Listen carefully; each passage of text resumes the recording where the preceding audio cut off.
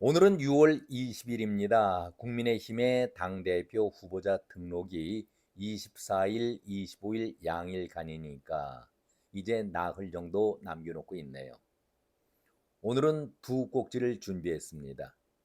이재명의 검찰 애완견, 이 말의 파장이 파문이 가라앉지 않고 있다는 소식 하나와 함께 아부의 달인 하면은 누가 떠오르십니까? 민주당 안에는 대단히 많은 사람들이 아부의 달인급에 속하고 있죠. 박지원이를 비롯해서 정청래, 박찬대, 장경태, 그야말로 아부의 달인 귀신들이 모여있는 곳이 민주당 아니겠습니까? 여기에 그야말로 아부의 달인 천재가 나타났다는 그런 소식을 전해드리겠습니다. 이재명이야 물론 좋겠죠. 깜나라 조진국 시간입니다.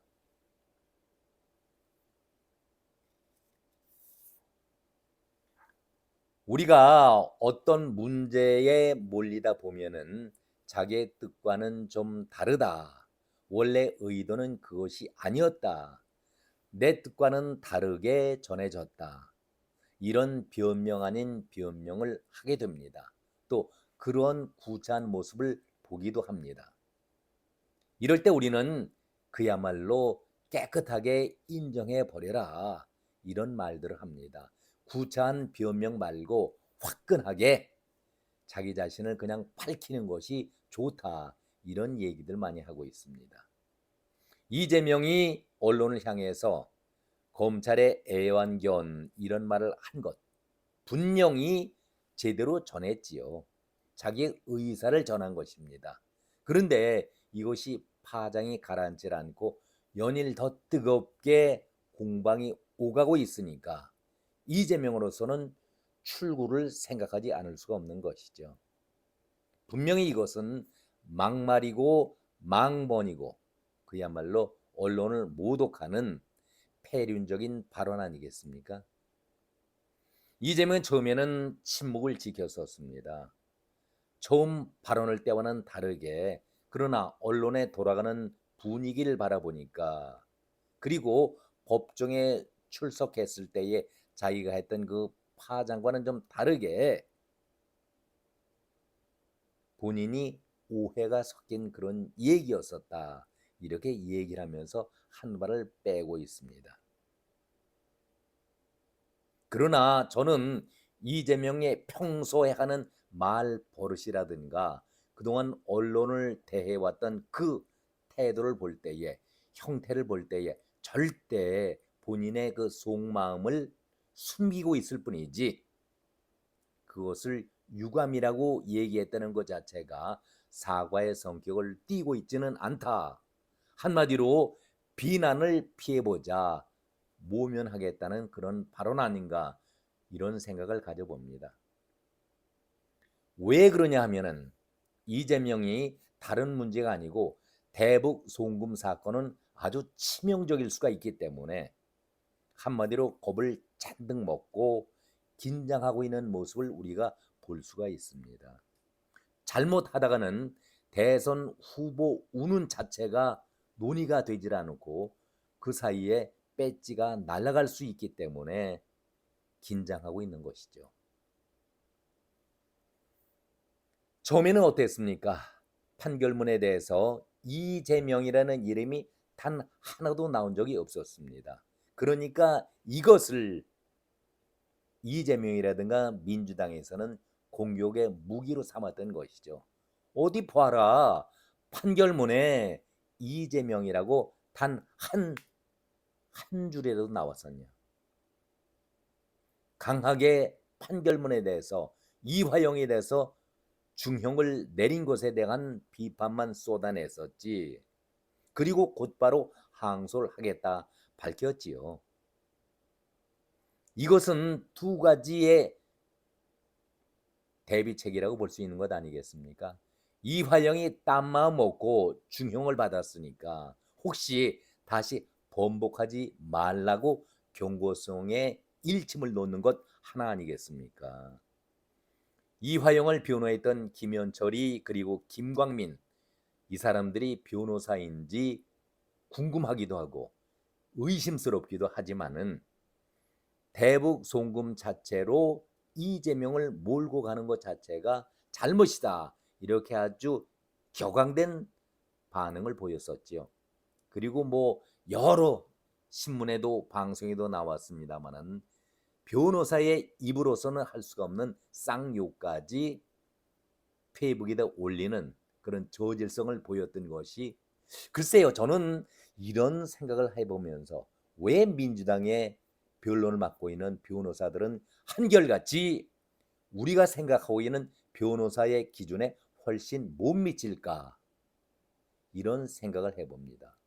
그분들도 배울 것 다 배우고 기준치를 넘어서서 자격을 받았다는 사람들이라고 한다면은 좀 점잖아야 될 것 아니겠습니까?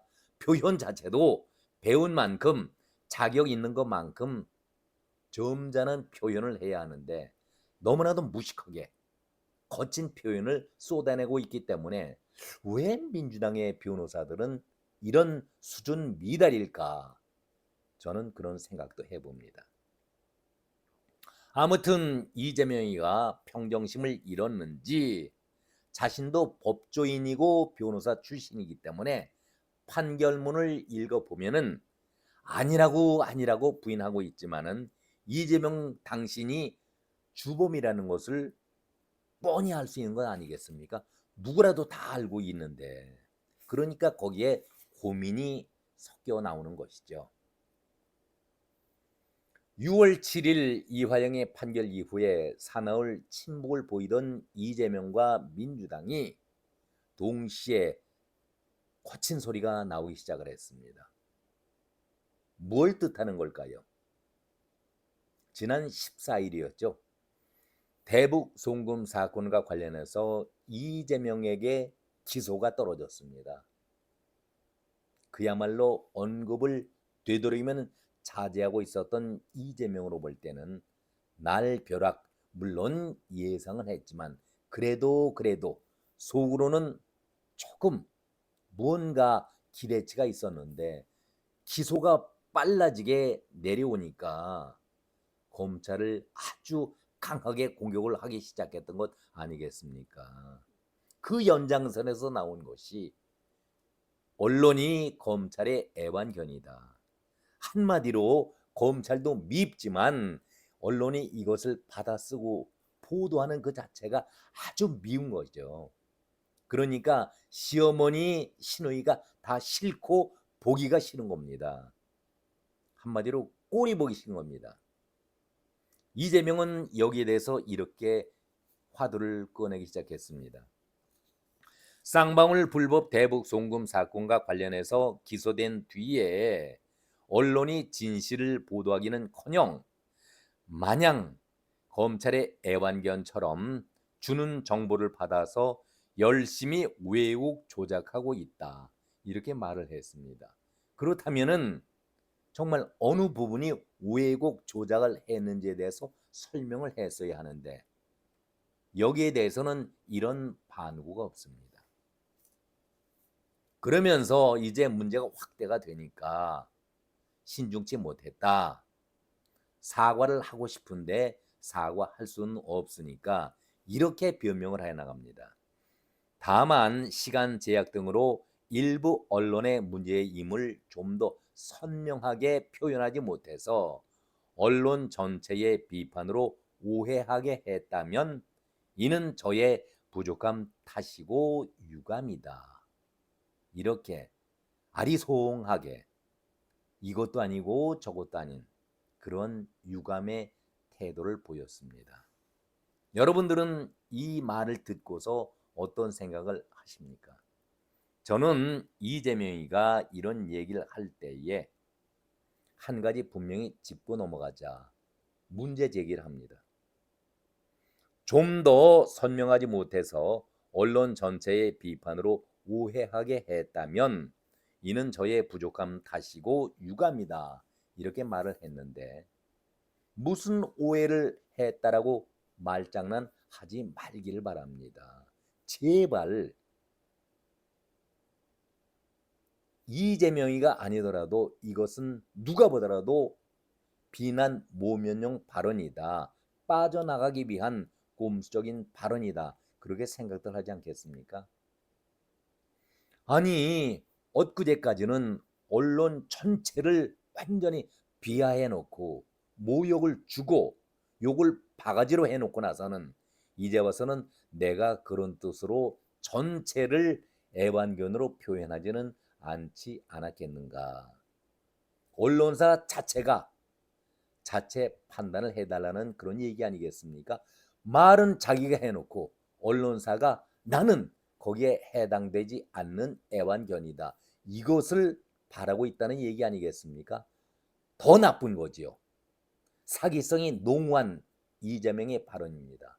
아주 저질적인 그런 발언 아니겠습니까?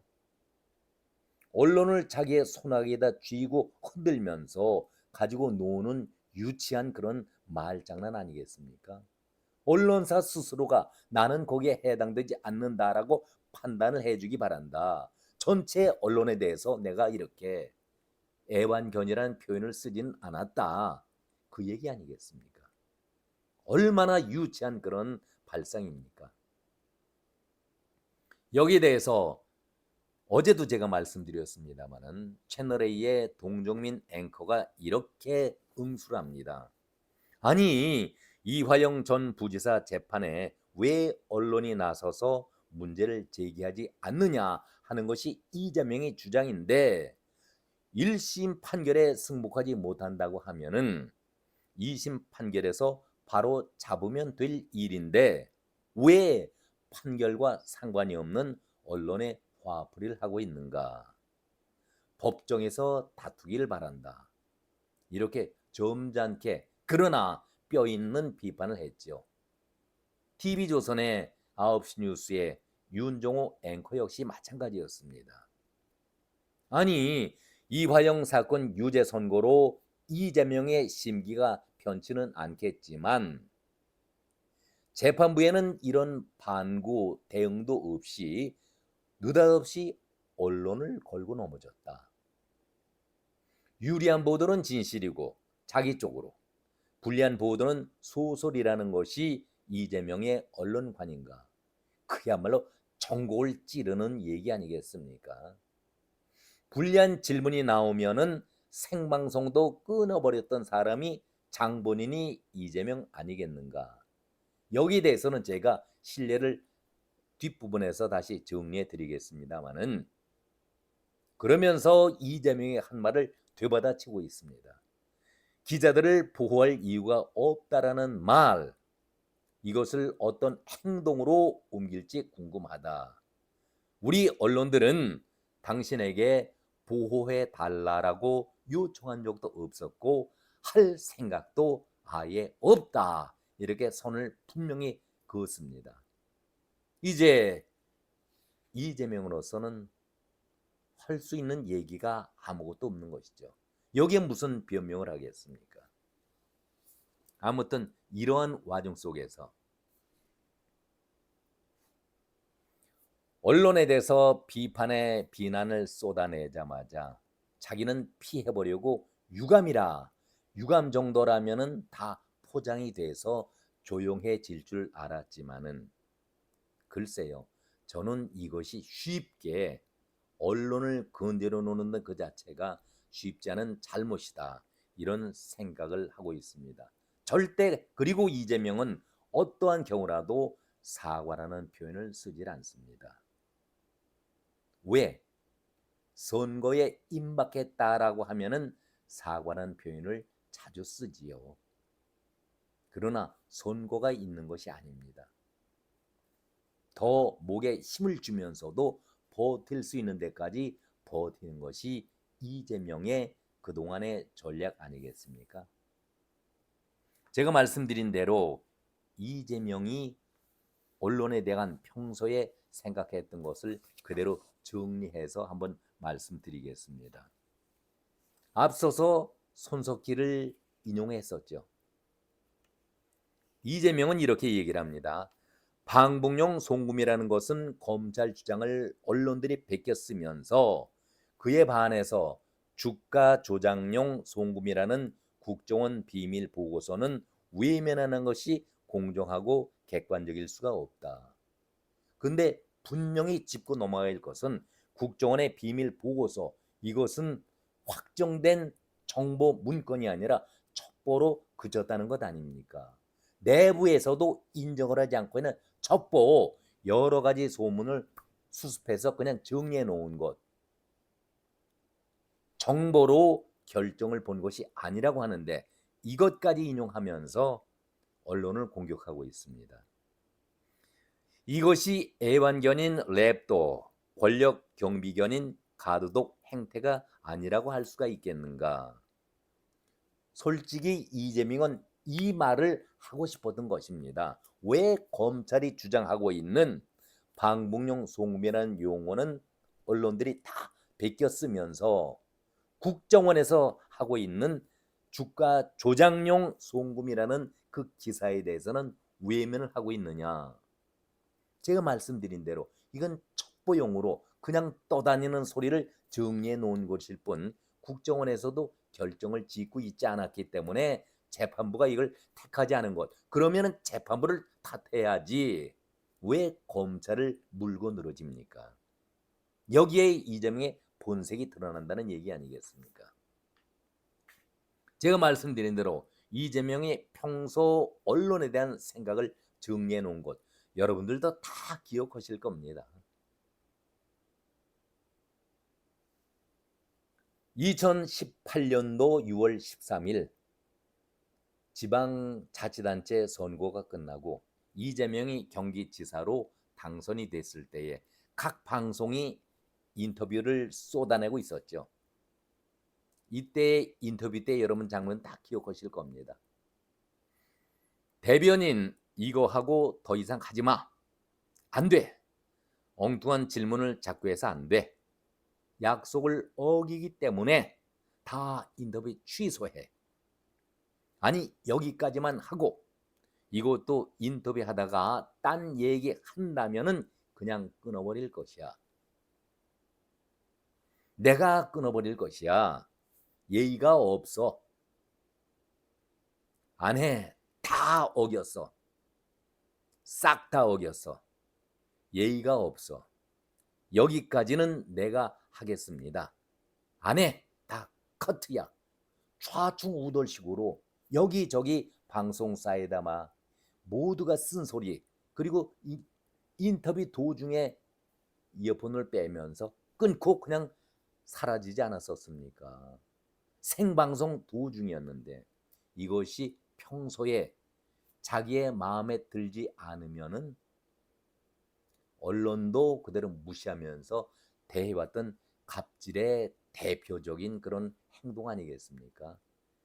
이런 이재명인데 무슨 언론에 대해서 호의적이고 자기의 의견만 충실하게 따라주는, 한마디로 김어준 방송과 같은 사람들만이 자기 편이지, 그야말로 편향된 언론관을 갖고 있는 이재명인데 무엇을 기대할 수가 있겠습니까? 저는 전혀 기대할 수가 없는 사람이다, 이렇게 말씀을 드립니다. 자, 이제 한번 웃어보죠. 제가 두 번째 그 말씀을 드린다고 했는데 어처구니 없는 그런 사건이 하나 발생을 했습니다. 민주당의 아버지는 이재명이다. 집안의 큰 어르신이 이재명이다. 이 얘기를 한 사람이 있습니다.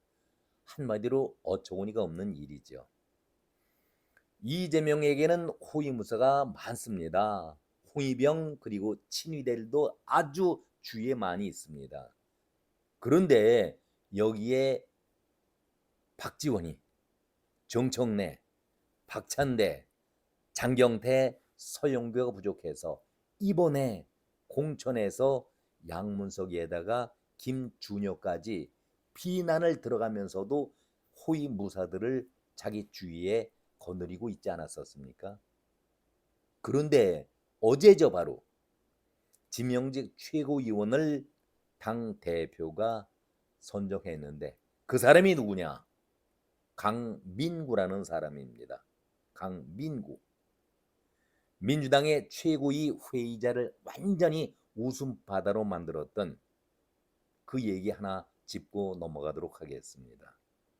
사실 요즘에 웃을 일이 별로 없었죠. 짜증나는 일도 많고 날도 더워서 그야말로 불쾌지수가 높아가고 있는데 민주당에서 가끔 이렇게 빵 터지는 웃음소리를 만들어내고 있습니다.